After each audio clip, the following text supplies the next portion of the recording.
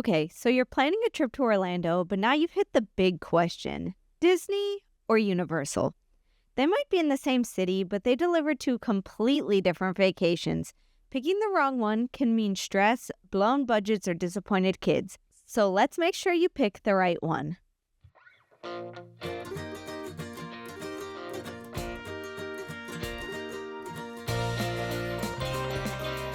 Hi, I'm Vicky, and I help families plan theme park vacations. One of the biggest questions I get from clients is whether they should do Disney or Universal. So today, I'm breaking it down in the most practical, real life way possible. And if you're looking for more tips and tricks about your favorite magical destinations, be sure to like and subscribe for more theme park content. All right, let's start with the big picture difference. The first thing you need to understand is that these resorts are built with different priorities. Walt Disney World is immersive on a massive scale. It's polished, layered, emotional, and extremely intentional. The music changes as you walk through lands, the cast members stay in character, even the trash cans are themed. It's definitely a full escape from reality. Universal Orlando is more energetic and attraction driven.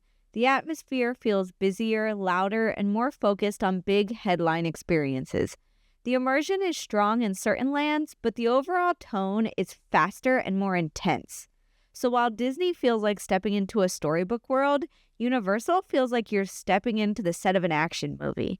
Neither of these is inherently better, but they feel very different. So you really have to think about the vibe that you're going for when you are deciding which park is right for you and your family.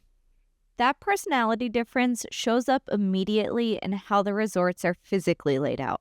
Disney World is enormous. There are 4 main theme parks: Magic Kingdom, Epcot, Hollywood Studios, and Animal Kingdom, plus 2 water parks, dozens of resorts, and a shopping district spread across a huge property.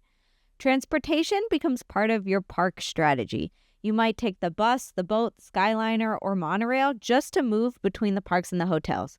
Travel time can easily take 20 to 40 minutes depending on where you're going. Universal Orlando is more compact. When you're talking about Universal Studios Florida, Islands of Adventure, and City Walk, those areas are right next to each other and you can walk between them easily. That makes park hopping feel efficient and less time consuming. However, Epic Universe and Volcano Bay are on a separate area. You'll need transportation to go between them and the original parks, similar to how you move around Disney. So Universal is simpler in many situations, but it's not entirely walkable like it once was. If convenience and minimizing transportation stress is important, that's something you're going to want to factor in. Once you're inside the parks, though, the biggest difference that most people notice are the rides themselves.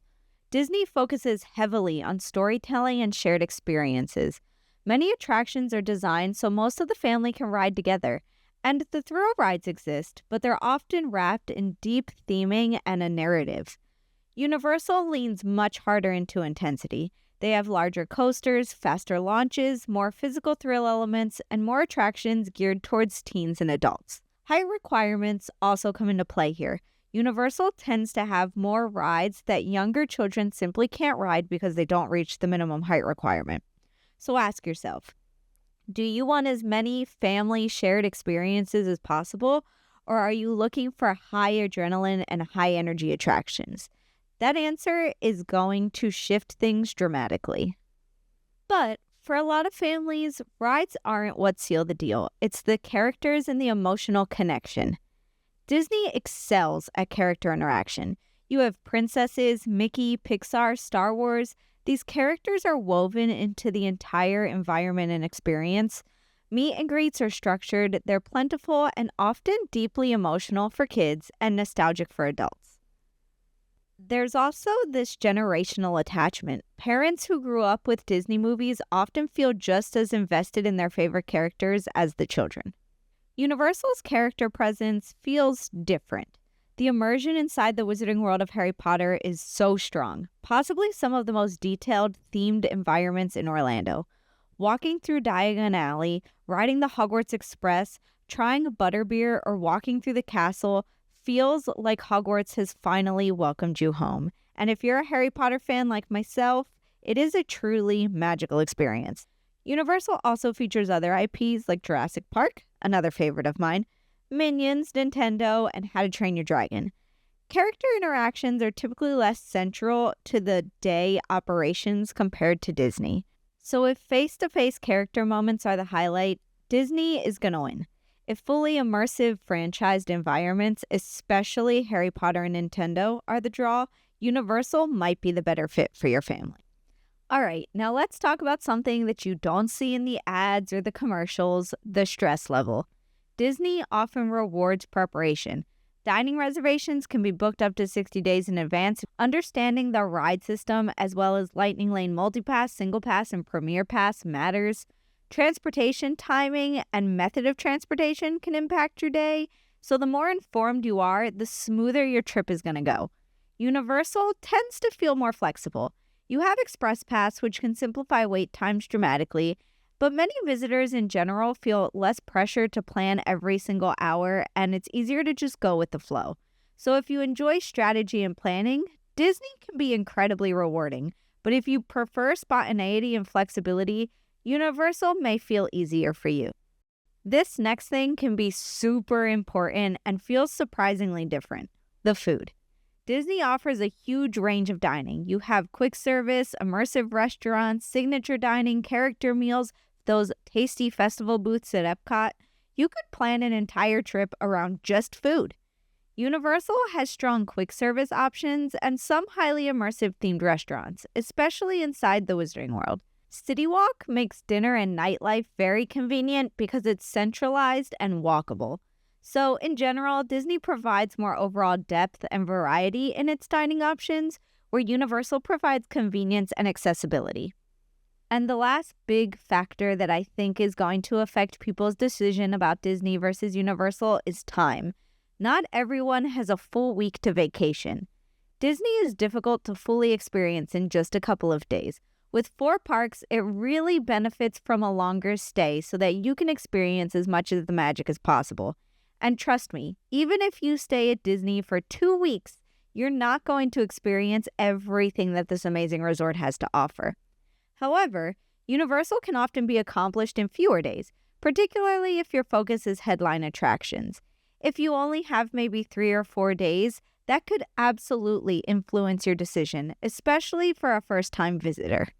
So, when I'm helping clients decide, this is usually how it breaks down. Disney is often best for younger children, multi-generational trips, families who want immersive storytelling beyond just rides, travelers who love nostalgia and atmosphere, and anyone who wants to be fully surrounded by the magic all day long. Disney is about slowing down and stepping into a world that feels intentionally crafted from the ground up, and one that makes you experience nostalgia even if you've never been there before. Universal is often best for teens and adults, thrill seekers, shorter trips, travelers who prefer flexibility, and anyone who wants to feel immersed in high-energy cinematic worlds and blockbuster franchises. Universal feels more like stepping inside your favorite movie or fantasy series and living in it. So, overall, it's not about which is better, it's about which experience matches you and your travel party. At the end of the day, Disney and Universal aren't competing vacations. They're different experiences. One is built around magic, immersion, and emotional moments that sneak up on you throughout your stay. The other is built around energy, intensity, and stepping straight into the world of your favorite movies. The best trip isn't about picking the better park. It's about picking the one that matches your people, your pace, and your priorities. Because when those things line up, that's when the trip feels effortless. And those are the vacations people rave about for years. Trust me, I love both, but they are completely different experiences. So if you want help figuring out which one fits your group, drop the ages of everyone traveling and how many days you have in the comments, and I'll tell you what I'd personally recommend. And if you're looking for someone to take the planning stress off your plate entirely, that's exactly what I'd do, and I'd love to help. No matter which one you choose, my goal is the same: a trip that feels right for your family from start to finish. If you found this video helpful, please don't forget to like and subscribe to come along for the journey.